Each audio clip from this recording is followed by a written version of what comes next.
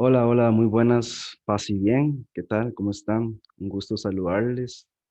Bueno, el día de hoy les estaré acompañando con este bonito tema sobre, sobre la búsqueda antropológica desde la filosofía. Vamos a ver cómo desmenuzamos este tema y cómo queremos darle una visión bastante interesante y bonita sobre el ser humano. Pero primero me voy a presentar. Un saludo fraterno a todos y a todas, a los que me escuchan, a Gina, a Carla y a todos los integrantes del Grupo Humanos. Un saludo cordial a todas ellas. Mi nombre es Fray Roy, soy fraile capuchino, soy postnovicio, todavía no soy sacerdote por aquello de las dudas. Vivo aquí en Cartago, en el convento de los frailes capuchinos. Eh, bueno, soy estudiante de filosofía, por eso es que me atrevo a dar este tema, ¿verdad? Tan filosófico. No estoy terminando, mejor dicho, en la carrera. Me falta como poco más, poco menos de un año, mejor dicho. Y me voy a basar en un curso que llevé que se llamaba Antropología Filosófica. Entonces, es un gusto poder acompañarles, como les decía. Vamos a ver que este tema, para dejar claras ciertas cosas, por ejemplo, que va a ser desde la visión de la persona humana. ¿Qué significa ser humano? Son grandes preguntas, por ejemplo. ¿Desde cuándo soy ser humano? ¿Cómo el ser humano ha evolucionado a través de las diferentes teorías filosóficas? Y también, pues claro, también otro punto interesante o importante para aclarar es que no es un tema sobre aborto en sí. Sé que pues este grupo de humanos, entre las muchas diligencias a favor de la vida, pues tiene un tema central sobre el aborto, pero para dejar claro, no es un tema de aborto, ¿verdad? Es un tema de comprensión sobre el ser humano, por qué actuamos como actuamos desde la filosofía, cuál ha sido el recorrido como tal. Entonces vamos a ver ciertas visiones. También otro punto para dejar en claro en este tema es que no es, todo lo que se diga aquí no son verdades absolutas, es decir, todo lo que se diga sobre un autor, sobre un filósofo, sobre un pensador, no es verdad absoluta, ¿verdad? Por ejemplo, si un autor dice que un ser humano es proveniente de, por así decirlo, de un mono o de una cabra, no vamos a tomar el punto por hecho, ¿verdad? Es un tema de una interpretación. Todo lo que se diga de la filosofía son solamente interpretaciones. Entonces es importante tener en cuenta esto. Cada quien pues maneja su verdad. Y bueno, nosotros desde nuestra visión cristiana pues tenemos nuestra propia verdad, que es la única verdad, que es la que concebimos como Jesucristo, de camino, verdad y vida. Bueno, entonces, eh, como les decía, quisiera poder mostrarles al ser humano en una búsqueda, tal como se titula el tema, la búsqueda del ser humano hacia aquello que no puede saciar, hacia una verdad que no puede encontrar. Por ejemplo, el ser humano se ha visto bastante imbuido en temas de política, de cultura, de estados, ¿verdad? En la sociedad, en la parte económica, todos estos ámbitos que no se podrían entender sin el ser humano. Por eso, eh, algo como objetivo que me propongo para ustedes también, a todos los que me escuchan, este objetivo consistirá en poder entender y comprender cómo ha sido este recorrido del ser humano en estos ámbitos y cómo ha sido visto hacia el mismo, cómo los diferentes autores piensan que es el ser humano. Y al final terminaremos con las conclusiones en la cual me voy a dar la oportunidad de mencionar a un autor que me gusta mucho, que bueno, más adelante veremos, y que también como el ser humano, pues al día de hoy, pues ha cambiado ciertas concepciones y cómo pues trata de poder imponer ciertas cosas, pero que queda siempre a reflexión de nosotros. Espero que el tema les vaya a servir mucho. Es, como les digo, un trasfondo, ¿verdad? Es un trasfondo del ser humano en visto desde la filosofía. Desde luego, se van a hablar ciertas concepciones, ¿verdad? Porque por el factor tiempo, no voy a poder ahondar en todo, ¿verdad? Si lo que quiero dar es como ciertas visiones, ¿verdad? No todo habrá temas importantísimos e interesantes en los que uno podría ahondarse, pero por el tiempo no podré. Entonces, solamente para que ustedes se den una cierta idea cómo desde la filosofía se puede comprender al ser humano. Y como pueden ver, pues el ser humano está inserto en el mundo, se ha entendido el ser humano en relación hacia otros seres humanos, hacia otros seres vivos, hacia todo lo que le rodea al ser humano. Desde la filosofía se puede entender como una cosmovisión. ¿Qué significa? Pues esa exterioridad que le rodea al ser humano, ese universo que también pues ha sido un factor fundamental para que se pueda entender, porque se establecen diferencias, ¿verdad? ¿Y qué es más y qué es menos? ¿Qué es más importante? ¿Qué es menos importante? ¿Cuál es la dignidad del ser humano? ¿Respecto a qué es más digno? ¿Respecto a qué otra cosa es menos digna, por ejemplo? Y un ámbito bastante fundamental también para el ser humano es el ser humano hacia lo absoluto. ¿Qué significa lo absoluto? Aquella búsqueda de la verdad, aquella búsqueda de tener certeza en la vida, aquella búsqueda de tener la verdad en sus manos y poder tocarla. En fin, espero no poder enredarlo, sino más bien aclararle ciertas cosas y dejar bastante explícito las teorías filosóficas que aquí en adelante veremos. ¿Está bien? Entonces comenzamos en este recorrido filosófico. Muy bien. Primero que nada, ¿qué significa filosofía? Porque no todos están familiarizados con este término. Pues etimológicamente, filosofía viene de los griegos. Todo lo que se habla aquí en adelante es filosofía a partir de los griegos, porque ahí, ahí nació. Hay muchas filosofías en el mundo. Hay filosofía oriental y hay filosofía occidental. Nosotros pues estamos basados, por ser cultura y sociedad occidental, en esta filosofía occidental, de, de la cual surgió en los eh, griegos, ¿verdad? Mucho antes del tiempo de Jesucristo. Entonces, la filosofía ellos la definían como un amor a la sabiduría. Hay muchas traducciones, ¿verdad? Desde la etimología, filos, ¿verdad? Significa sabiduría, perdón, conocimiento, ¿verdad? Y sofía, amor, ¿verdad? Entonces significa amor a la sabiduría, ese apego por tratar de buscar la verdad en las cosas, en su ser, en los seres vivos, en el universo, etcétera, etcétera, ¿verdad? Entonces, la filosofía significa eso, es tratar de buscar, tratar de preguntarse cosas. Y antropología, que también igualmente de los griegos, viene del término antropos, que significa hombre, entendió hombre aquí, ¿verdad? Como ser humano, ¿verdad? Hombre y mujer. eh, y logos, que es un estudio o un tratado, ¿verdad? Entonces sería, de una manera traducida, sería el estudio o tratado del ser humano. Porque recordando que el tema, pues, se llama la búsqueda antropológica, ¿verdad? Desde la filosofía. Entonces vamos a ver que el ser humano en búsqueda desde su propio ser hacia lo que está afuera y cómo comprenderse y cómo entenderse. Muy bien.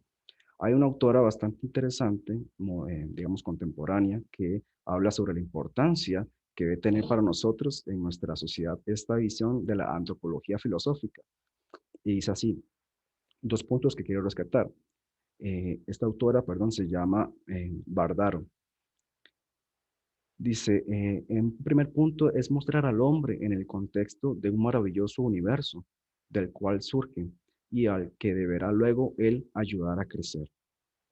Número dos, no se trata de ver a ese hombre como a una totalidad armónicamente integrada a la vez que inacabada, no completa y autosuficiente, sino abierta a otras realidades con las cuales mantiene lazos de índole ontológica. Entonces, en otras palabras, lo que se quiere mostrar aquí es que el ser humano es algo que existe, ¿verdad? No podemos obviarlo. Nosotros existimos, nosotros somos en el mundo, pero ese mundo va cambiando porque estamos sujetos a un tiempo, ¿cierto? Entonces, al estar sujetos a un tiempo, nos va a ir mostrando diferentes contextos en el cual, por ejemplo, los ámbitos sociales, políticos, económicos, ¿verdad? Tecnológicos, etcétera, etcétera, vamos a estar influidos por tal. Por ejemplo, no es lo mismo hablar del ser humano en la época de las cavernas, por así decirlo, que en una época actual, por así decirlo también. No es lo mismo hablar del ser humano en tiempos de Jesús, ¿verdad? que en tiempos de la Segunda Guerra Mundial, por ejemplo. Estamos teniendo en cuenta diferentes contextos. Entonces aquí la autora lo que dice es que nosotros tenemos que mostrar al hombre en su contexto específico y para poder luego entenderlo y también ayudarlo a crecer. Es decir, a nosotros mismos nos tocaría tener en cuenta los pros y los contras de cada contexto, de cada época, para poder crecer en ese camino. Y en el punto 2, lo que quiere decir es que el ser humano no es acabado, es todo un proceso, ¿verdad? No es una obra completa. Siempre estamos en dinámica, siempre estamos en una visión, en una especie de proceso, ¿verdad? Y que no somos autosuficientes. Entonces, que al estudiar de aquí en adelante todos estos autores, debemos tener en cuenta las realidades, ¿verdad? La intencionalidad que ellos tuvieron a la hora de explicar ciertos aspectos del ser humano para poder tenerlo como algo de proceso, como un ser que está en crecimiento, un ser que está en evolución, por así decirlo. Muy bien. Entonces, al ver al ser humano, es decir, al hombre, a la mujer, en sus diferentes realidades, tenemos que verlo como un ser inserto en el mundo, ¿verdad? Un ser con otros y un ser con lo absoluto, es decir, lo absoluto de aquello que busca tener por acabado. El ser humano desde un fondo histórico se ha visto siempre en una búsqueda, en un camino de tener la certeza en su mano, de esa hambre por tener la verdad, de poder tocarlo, ¿verdad? Porque siempre se pregunta y nunca se responde. O a veces se pregunta y salen respuestas, pero más que respuestas salen más preguntas todavía. Entonces, ha sido un camino de siempre tener preguntas bastante complejas, como esto que nos estamos haciendo, ¿verdad? ¿Qué significa ser un ser humano realmente? ¿Será que nuestras propiedades fisiológicas, nuestro pelo, nuestro color de piel, nuestros ojos, nuestro aspecto físico, eso nos define como ser humanos o hay algo más, ¿verdad? Son ese tipo de cosas que trascienden y esa es la parte que el ser humano se pregunta.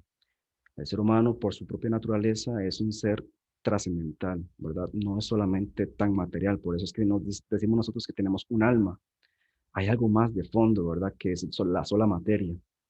Decía Santo Tomás de Aquino, que también lo vamos a ver en este tema, que nosotros somos imagen de Dios, somos creados, entonces ya se mete esta persona de Dios, esta persona trascendente, porque creemos en una causalidad, creemos que hay una causa primera.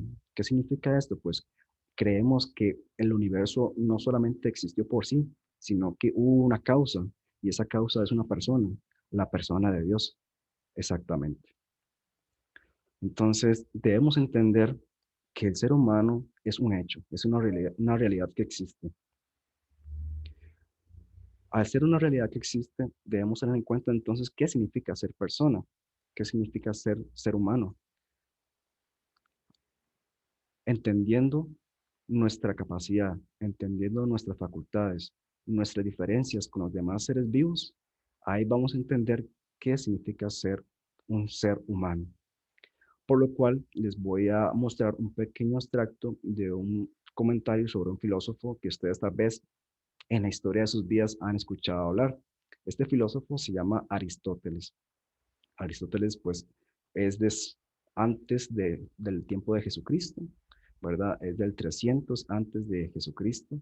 Era un pensador, más que pensador, era casi que de todo, era como un científico, solo que en aquel tiempo no existían científicos como hoy los conocemos, ¿cierto? Entonces era un biólogo, era un matemático, era un músico, era escritor, pero de entre todo eso era un filósofo. Y recordemos que aquí el papel del filósofo es preguntarse, más que todo, esa es su función, como andar como un chiquito necio, ¿verdad? Que anda preguntando por todo y que más que respuestas, más bien consigue más preguntas. Son de ese tipo de preguntas incómodas que un adulto tal vez no sabe responder, ¿verdad? Es un filósofo.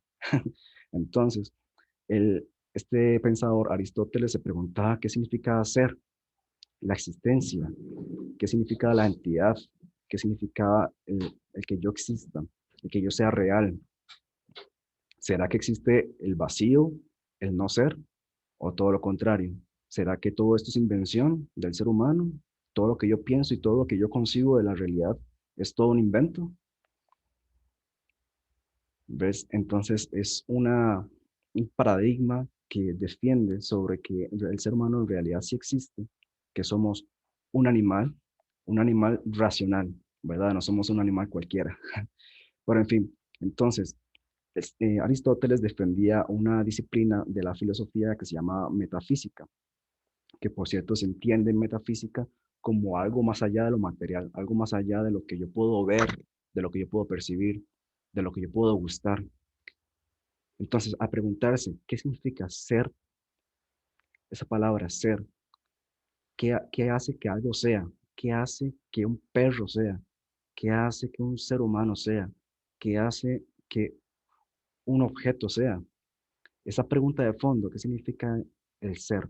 Entonces, Aristóteles lo que dice que desde la metafísica, de eso más allá de la material, existe el concepto de ontología.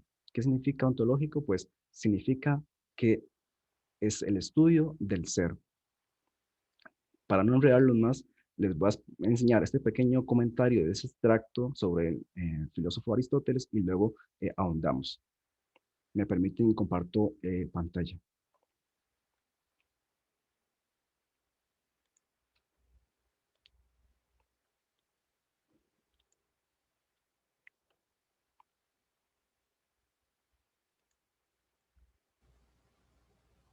Entidades no sintientes. La adquisición de sintiencia es gradual.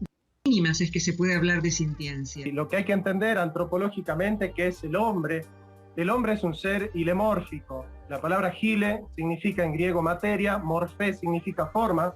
La materia en el hombre se llama cuerpo, la forma en el hombre se llama alma. El alma es el acto primero de un cuerpo que en potencia tiene vida.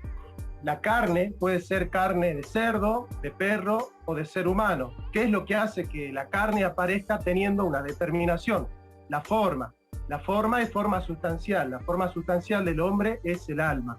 Y esa forma es metafísica. Es decir, si nosotros hacemos un análisis del ADN del ya concebido en su primera etapa, vamos a notar que es de la especie humana. Bueno, ¿qué hace metafísicamente que su esencia sea esencia humana? La forma, y físicamente el ADN. O sea que tenemos la información física a través del ADN y la información metafísica a través de la forma. Todos los cambios que se van a ir dando en el individuo no son cambios sustanciales en términos de su forma sustancial, porque todos los cambios van a producirse al modo de la esencia humana. Es decir, si yo me corto el pelo, sigo siendo humano. Si yo pierdo una oreja, por ejemplo, sigo siendo ser humano. Es decir, va a cambiar la figura, que es física, pero nunca va a cambiar la forma, que es metafísica. Esa forma natural, esa forma de la naturaleza, tiene sus potencias. Es decir, el ser humano, por pertenecer a la especie, puede hablar, puede pensar, puede elegir y puede sentir.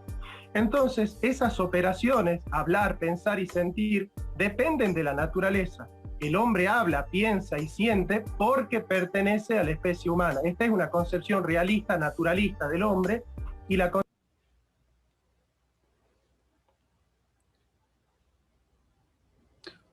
Ok, espero que se haya escuchado el video. Es que, bueno, esto para todos es una grabación.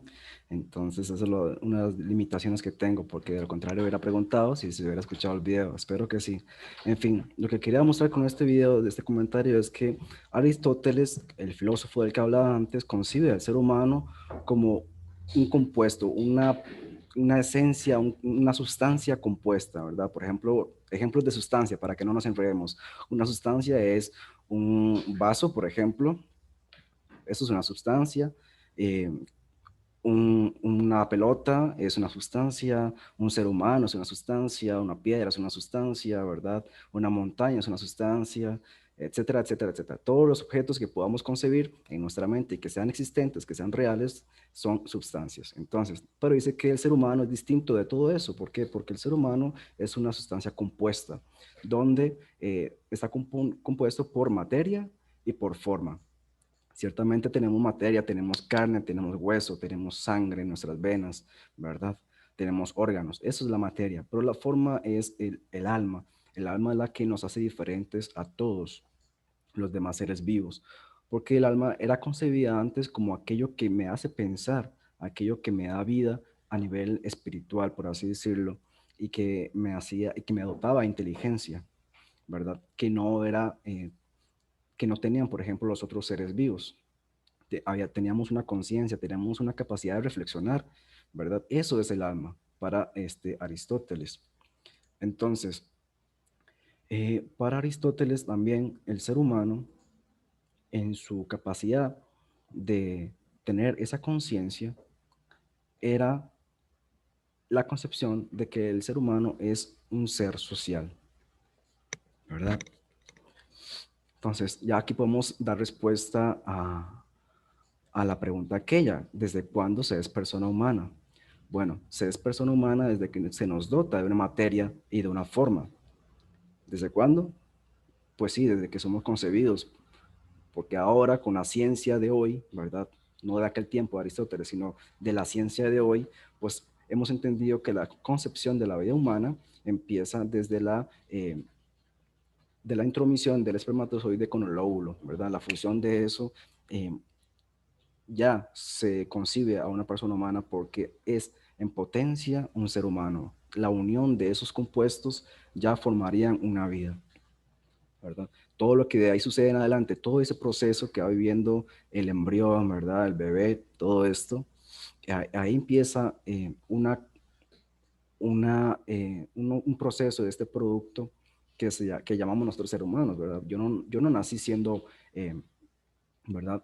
Ya con ojos, con boca, con pulmones, con brazos y piernas ya formados. Yo empecé siendo, ¿verdad? Aquella pequeña célula que se iba reproduciendo.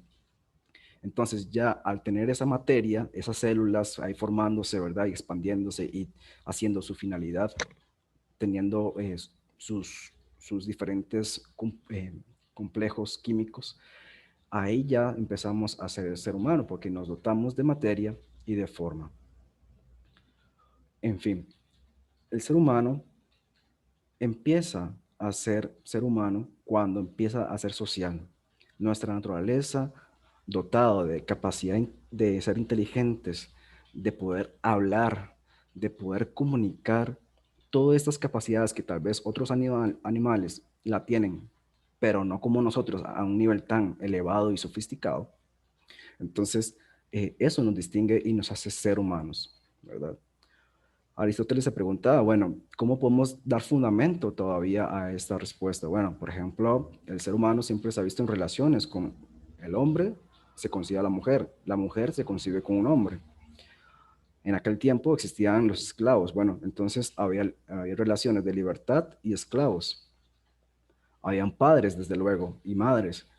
Entonces los padres no se conciben sin los hijos y los hijos no se conciben sin los padres.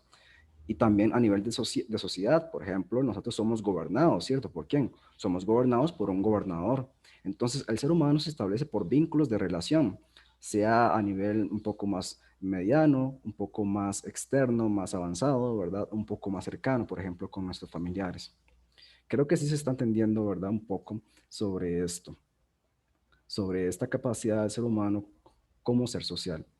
Y bueno, si gustan, pueden ir leyendo este pequeño extracto de este pensador.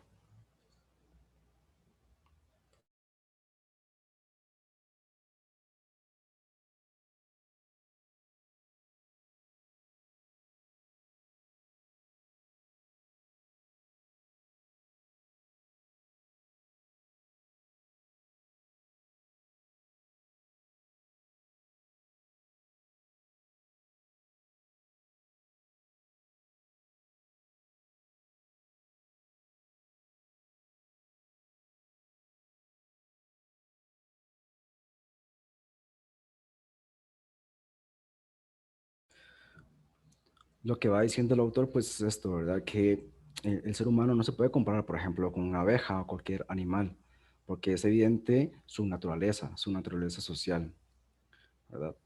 Nuestras capacidades, nuestras formas de sentir, nuestras formas de comunicarnos, ¿verdad? Eso lleva un significado todavía más grande que el de otros seres vivos, ¿verdad? Nosotros sabemos qué es justo y qué es injusto. ¿Será que un animal puede tener esa noción de justicia? Ven, entonces ya poco a poco vamos distinguiéndonos esa imagen del ser humano, ¿verdad? Que desde la metafísica íbamos respondiendo a aquella disciplina que iba más allá de, de lo material, que, ¿verdad? Aquella respuesta de que nosotros somos compuesto, una sustancia compuesta entre materia y forma, entre carne, sangre, piel, órganos, y también de la forma que es la parte del alma, la parte de la inteligencia, que en aquel momento se entendía que el alma era como la inteligencia, ¿verdad? Que les decía. Entonces, ese compuesto hace un ser humano que no lo hace también otro animal, por ejemplo. Muy bien, para ir avanzando, espero que no nos estemos enredando. Recordemos que aquí el objetivo es dar ciertas visiones del ser humano desde perspectivas e interpretaciones de pensadores, desde filósofos, ¿verdad? Y bueno, ya aquí podemos destacar el primer filósofo, Aristóteles, un gran filósofo y fundamental para la historia de la filosofía. Ok, vamos buscando el ser humano hacia lo absoluto. ¿Se acuerdan que el ser humano era en el mundo? Se tenía que concebir al ser humano con nosotros y también se tenía que concebir al ser humano hacia lo absoluto. Y estas nociones de lo absoluto, pues va buscando un poco hacia lo trascendente, hacia lo que él desea, ¿verdad? Hacia esa verdad. Y bueno, podemos ya concebir un primer tema respecto a este ámbito de hacia lo absoluto. ¿Cuál podría ser ese tema? Bueno, el tema justamente de la libertad. ¿Alguna vez se han puesto a pensar ustedes sobre la libertad? Bueno, pues podemos responder desde el Catecismo de la Iglesia Católica. El Catecismo de la Iglesia Católica refiere a la libertad en el numeral 1731 de la libertad como un poder. Y este poder es radicado en la razón y en la voluntad. Es decir, es radicado desde nuestra capacidad de conocimiento personal, desde nuestra capacidad de ser inteligentes, de ser más complejos que los otros seres vivos, ¿verdad? Aquello que nosotros llamamos razón, que para la filosofía esto va a ser algo sumamente importante, el término razón, porque con la razón podemos tener capacidades de lógica, de matemática, de lingüística, ¿verdad? De capacidades diferentes.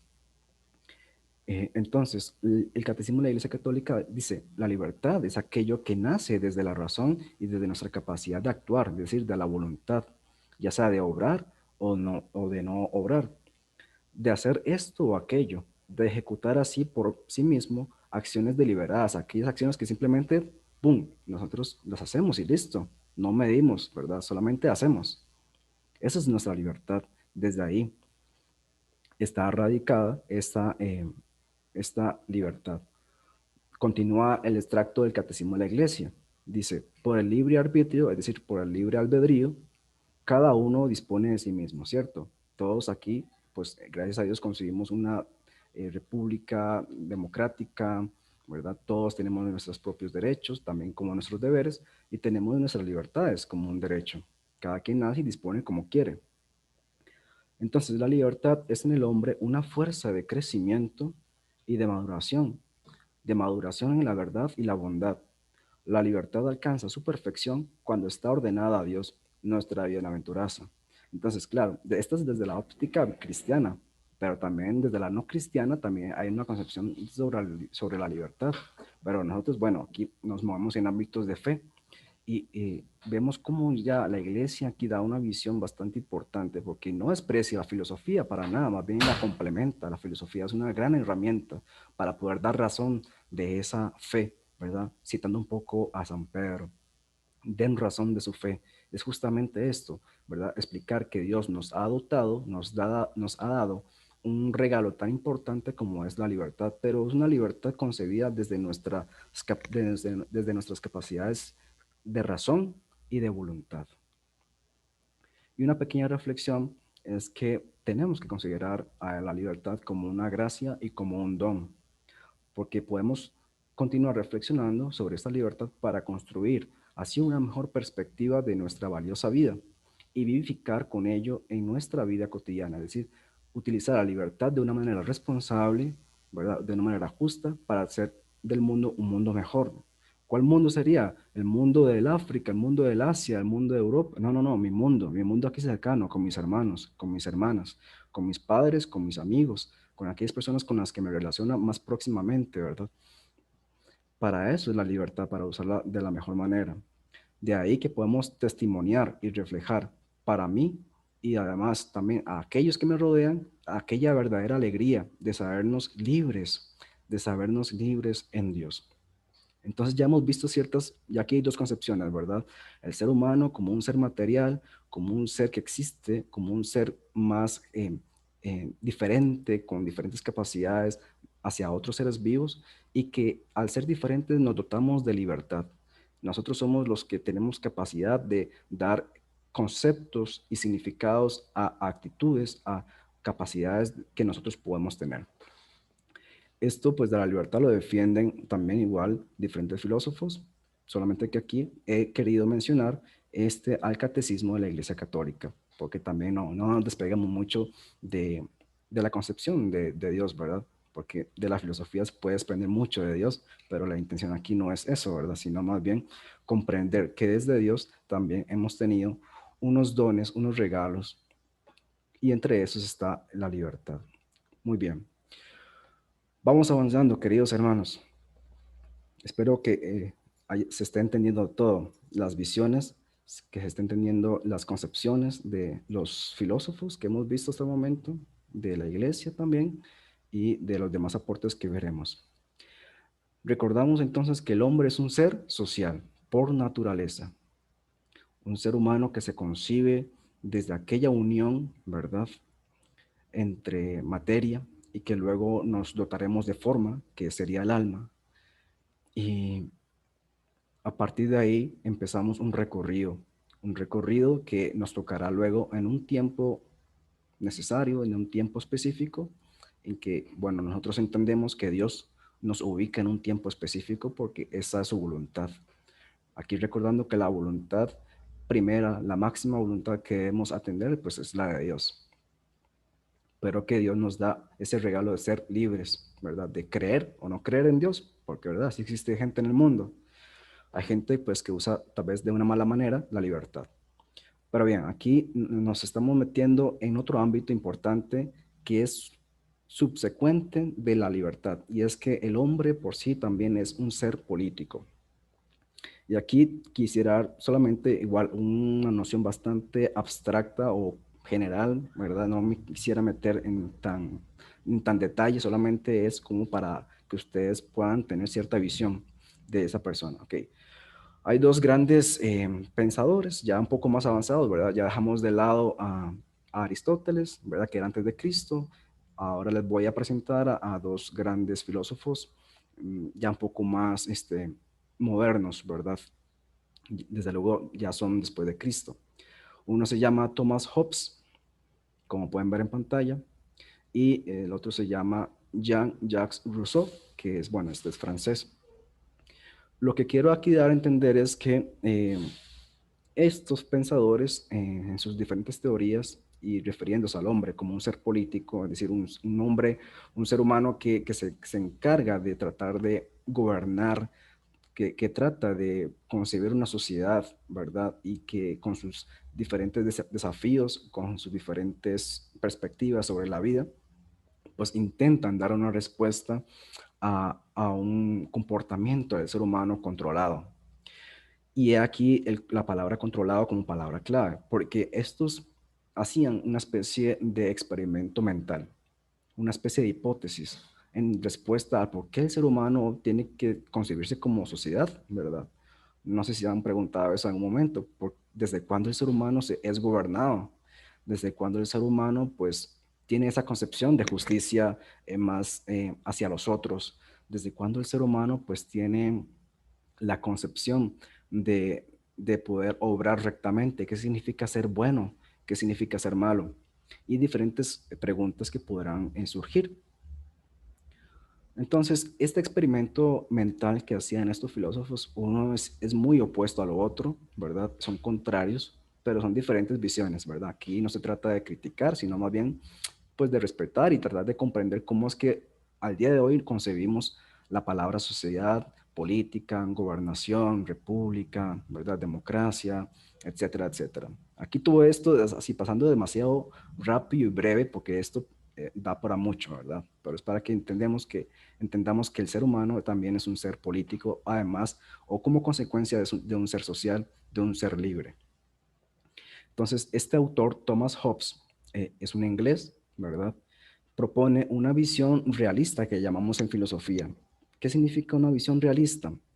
Pues que el ser humano se encontraba antes en un estado no regido por normas, por leyes, por sociedad democrática o por considerar otras opiniones, sino todo lo contrario, se encontraba en un estado de naturaleza, así llamamos en filosofía. Al encontrarse en un estado de naturaleza, pues implicaría que el estado de naturaleza signifique para el ser humano que no, todo lo contrario, el ser humano es un ser egoísta, ¿verdad? Un ser en competencia, un ser que siempre se encontraba en desconfianza, un ser que no tenía ninguna autoridad, ningún gobierno, ¿verdad? De ningún tipo, y que el ser humano pues era alguien que buscaba siempre la gloria. Es como esta visión del ser humano y que bueno, entonces en un momento dado quiso formar una sociedad para que ya no pudiera tener esas actitudes de siempre la defensa, de buscar la gloria, de buscar la competencia, de robar, de todo este desorden, ¿verdad? Que podemos llamar. Era como una especie de sociedad cavernícola, ¿me entienden? Donde solamente existía yo y que luego, si venía alguien a quitarme la comida, pues yo me peleaba y le quitaba la comida. Y si quería conquistar un territorio, pues iba yo y qué sé yo, tal vez algunos que me acompañaban y conquistaba ese territorio. Entonces era un desorden completo, ¿verdad? Esto en contraposición para dar respuesta a el origen del estado no natural, sino ya un estado civil, un estado social.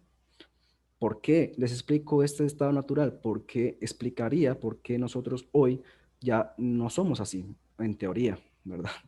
Nosotros pues ya tenemos más, tenemos derechos, tenemos leyes, tenemos normas que nos rigen la sociedad.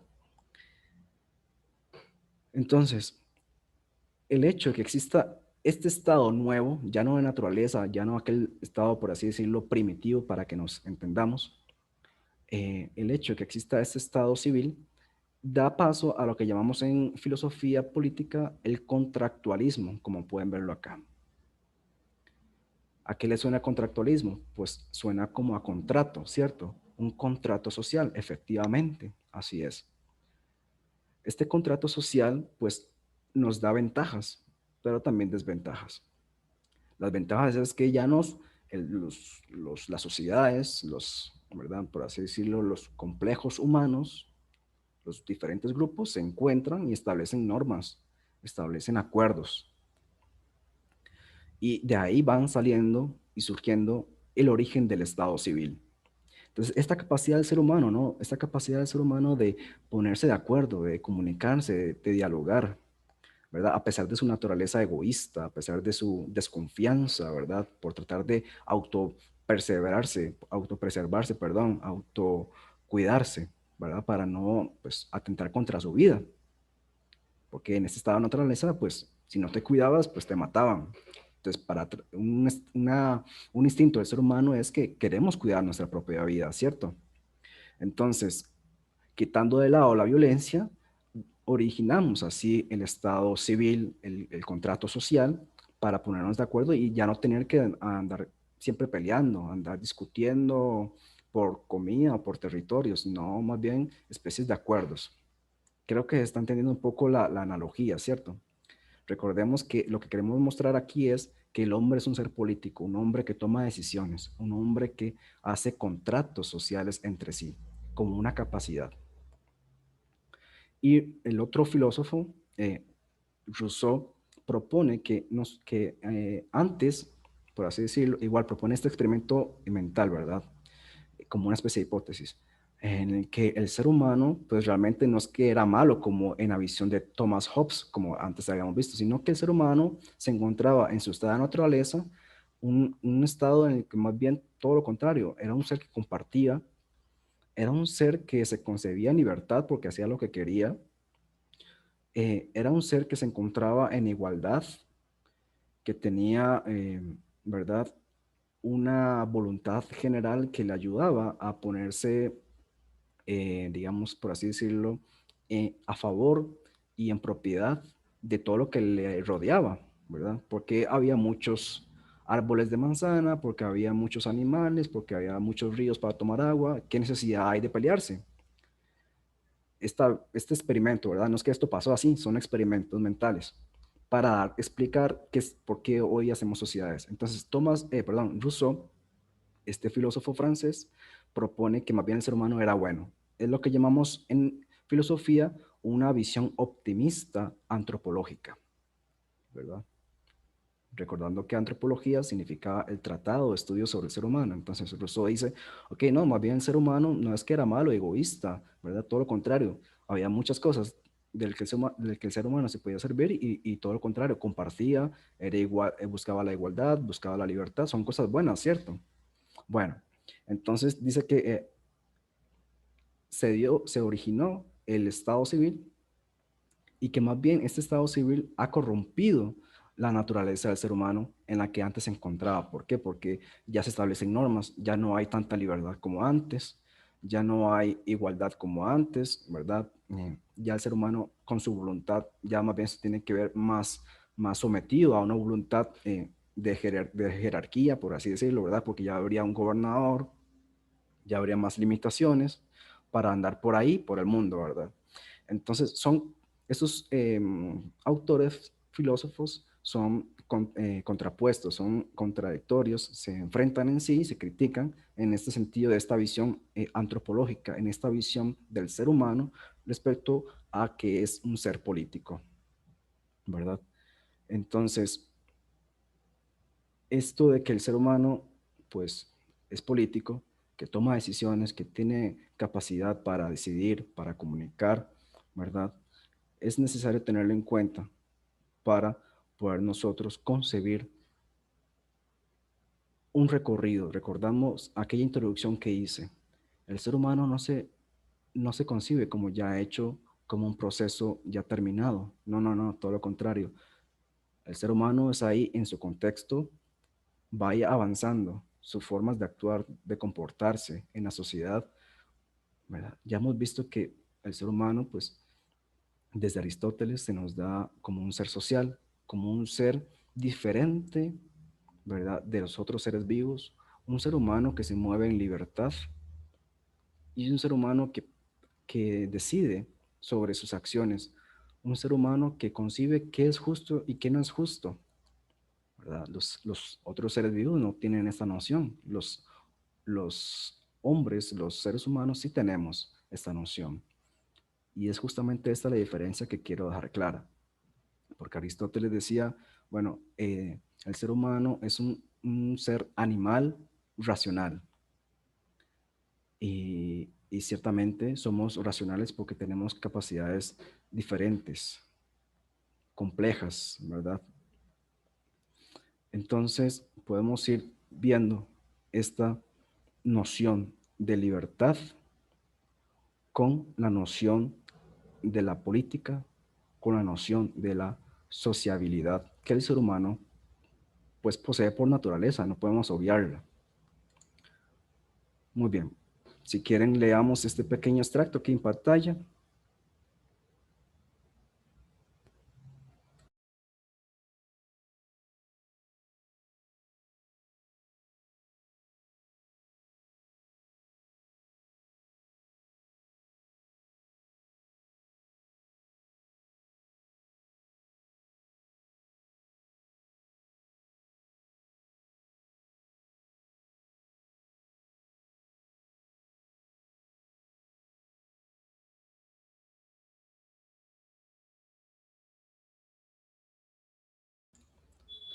Y lo que trata es que, bueno, ciertamente concebir al ser humano en diferentes ámbitos de su vida, pues es simplemente tratar de comprenderlo, tratar de darle un lugar en el universo, la cosmovisión de que hablaba al principio, ¿se acuerdan? Que es todo esto que nosotros, que nos externa, que nos rodea, y que todo eso que nos rodea también influye en nosotros y que nosotros influimos en ellas, porque nosotros pues tenemos poderes, entre comillas, poderes racionales, ¿verdad? Poder transformar las cosas, poder transformar la realidad.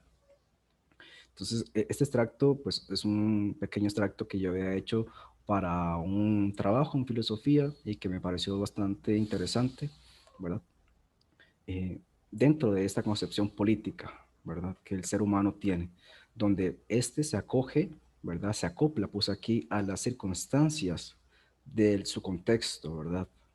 Para poder sobrevivir o también para revelarse a su tiempo.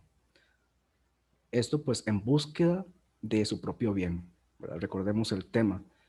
El tema se llamaba la búsqueda antropológica, aquello que el ser humano siempre anda en búsqueda, perdón, de esa verdad, de eso trascendente, de eso absoluto, de aquello que le hace bien, que le beneficia, que le hace ser humano, que se hace sentir pleno, que se hace sentir realizado, ¿verdad? Para diferenciarse, por ejemplo, de una piedra. Entonces estamos hablando de un tema de fondo llamado dignidad, ¿cierto? Ok, para allá vamos.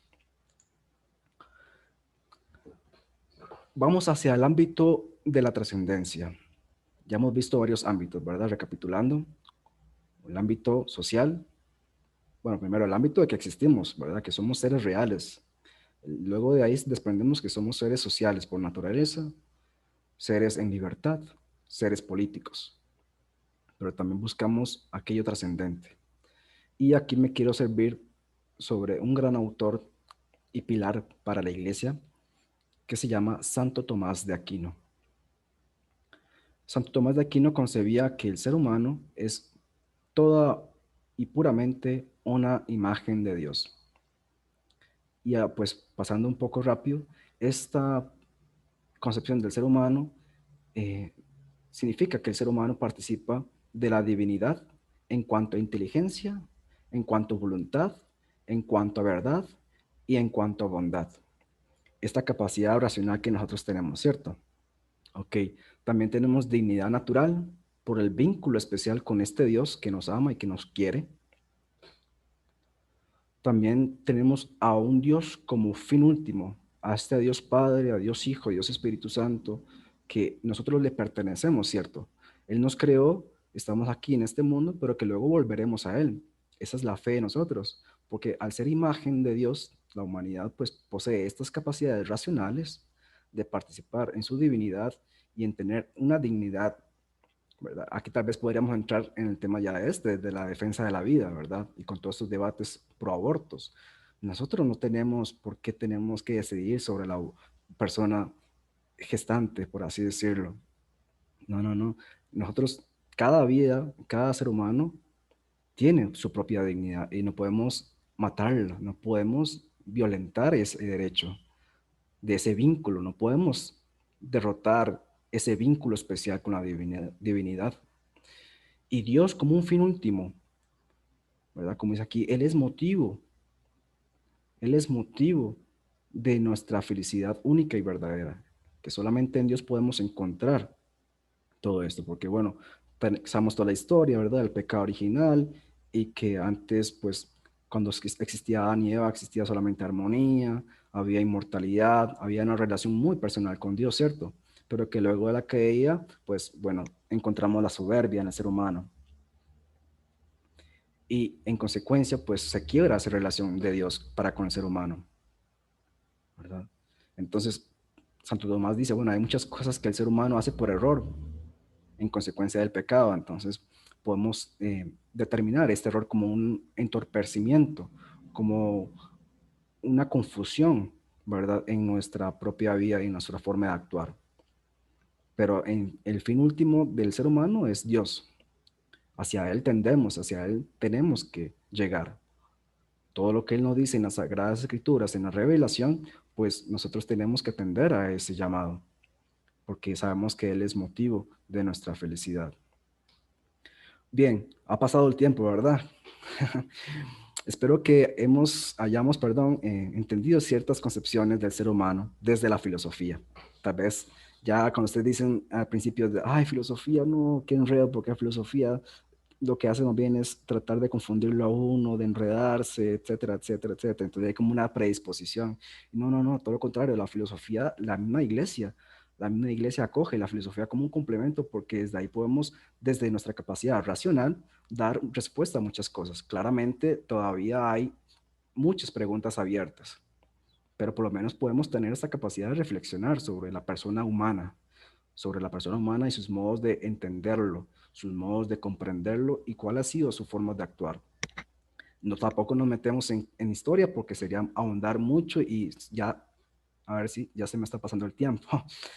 Entonces, ya para ir terminando, queridos hermanos, eh, vamos a compartir una lámina que tengo acá, solamente para retomar. Vamos a ver.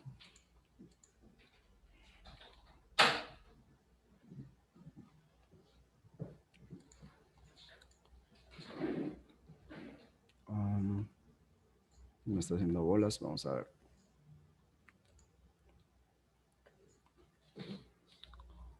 Ok, aquí está. Esta lluvia de ideas. Espero que se esté viendo.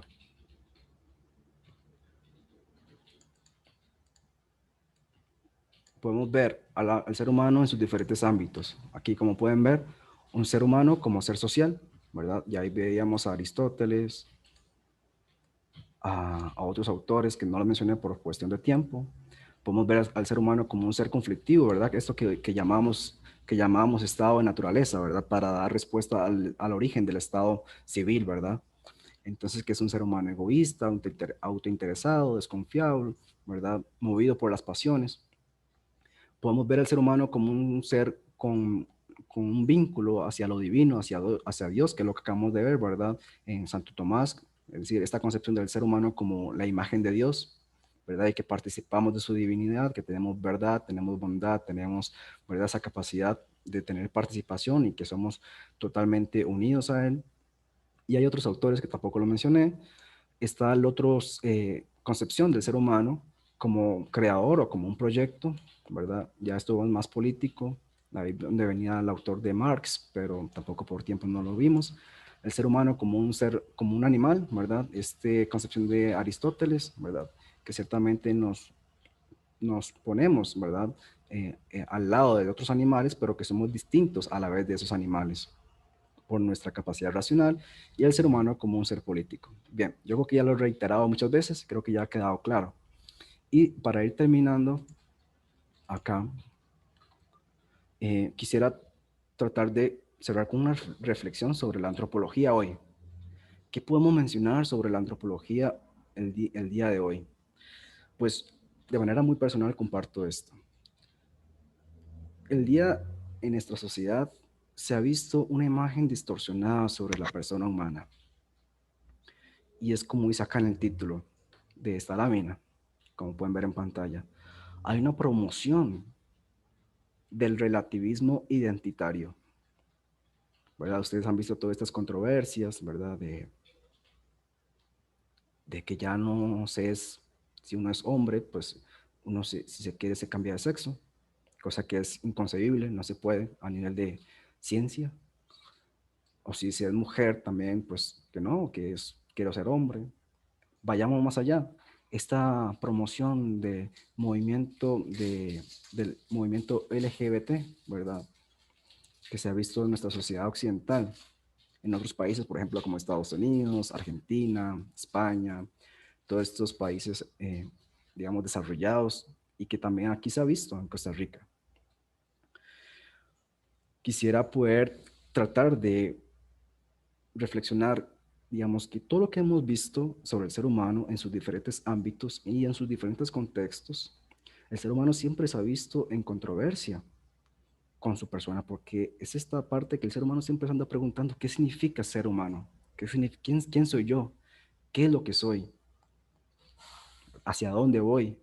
Todas estas preguntas existenciales en ocasiones en sus diferentes contextos pues han visto distorsionados y desde sus perspectivas han dado diferentes respuestas. Y como les dije al principio, aquí no tratamos de criticar, de tratar de, ¿verdad?, minorizar, por así decirlo, humillar diferentes tiempos. No, no, cada tiempo tiene lo suyo. Igual nosotros hoy estamos en un tiempo pues postmoderno que el ser humano ha tratado, ¿verdad?, de alterarse a sí mismo y que nosotros como personas de fe debemos dar respuesta a esta revolución sexual identitaria, en donde nosotros nos llamaríamos disidentes. Y aquí es donde me quiero servir de un autor, como les decía al principio, que me gusta mucho, que este autor se llama Paulo Muñoz Iturrieta.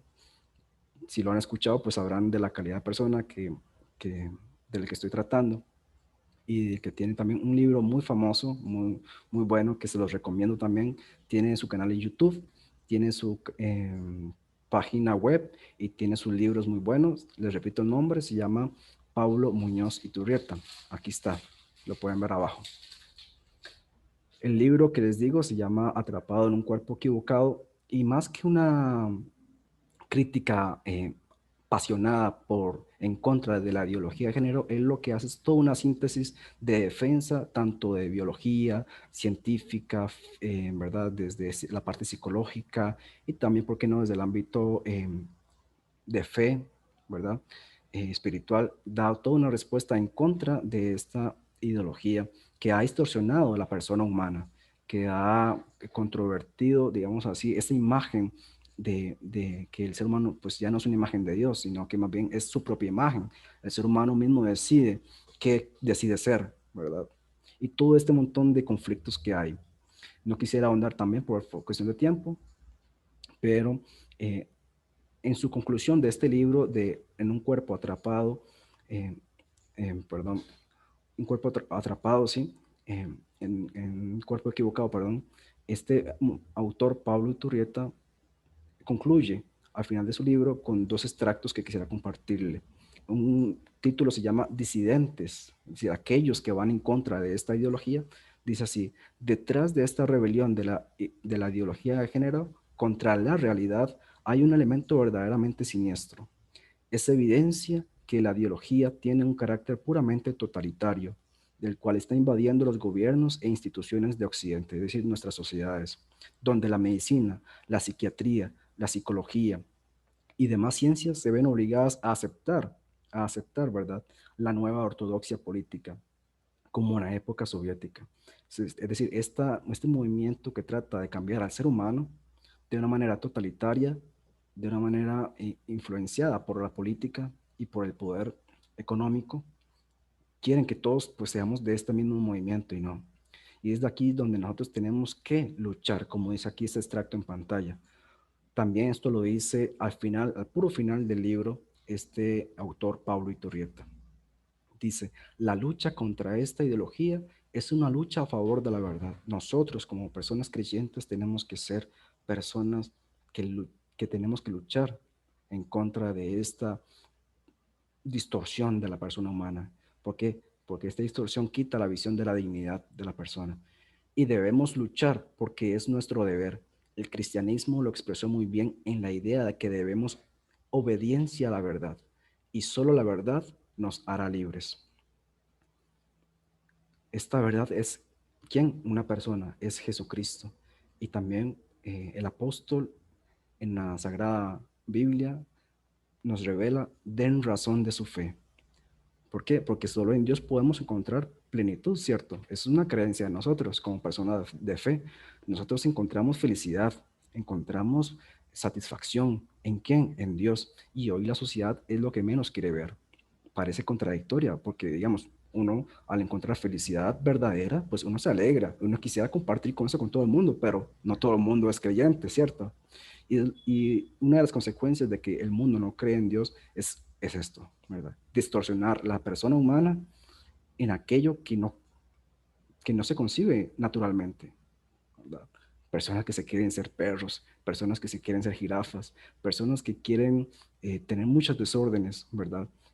a nivel psicológico, físico también, porque se alteran sus partes genitales, se altera su cuerpo, se alteran sus niveles de hormonas, a nivel químico. Todo esto es una total distorsión y una violencia contra la misma persona humana. Y nosotros como cristianos, como personas de fe, pues debemos defender todo esto a favor de la vida, a favor del amor, a favor de la libertad, de la verdadera libertad.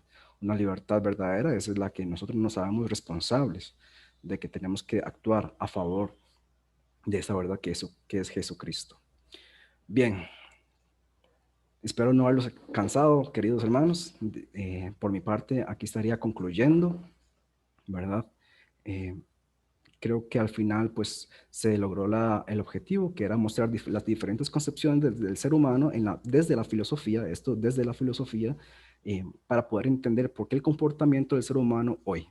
Y ahí se las dejo picando. Ustedes tratarán luego de preguntarse muchas cosas que, bueno, cuando me vean, si me ven por ahí, pues me preguntan y yo trataré de responderles de la mejor manera. Como les digo, ahí si no me contactan por medio de Carla o de Gina o de Milagro o de las integrantes del grupo Humanos y ahí hablamos, ¿está bien? Pero esta es la intención que yo tenía, tratar de mostrarles una visión del ser humano bastante completa, digamos, por así decirlo, desde la filosofía, pero a nivel muy general.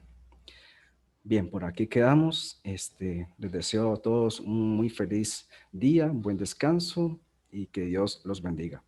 Paz y bien.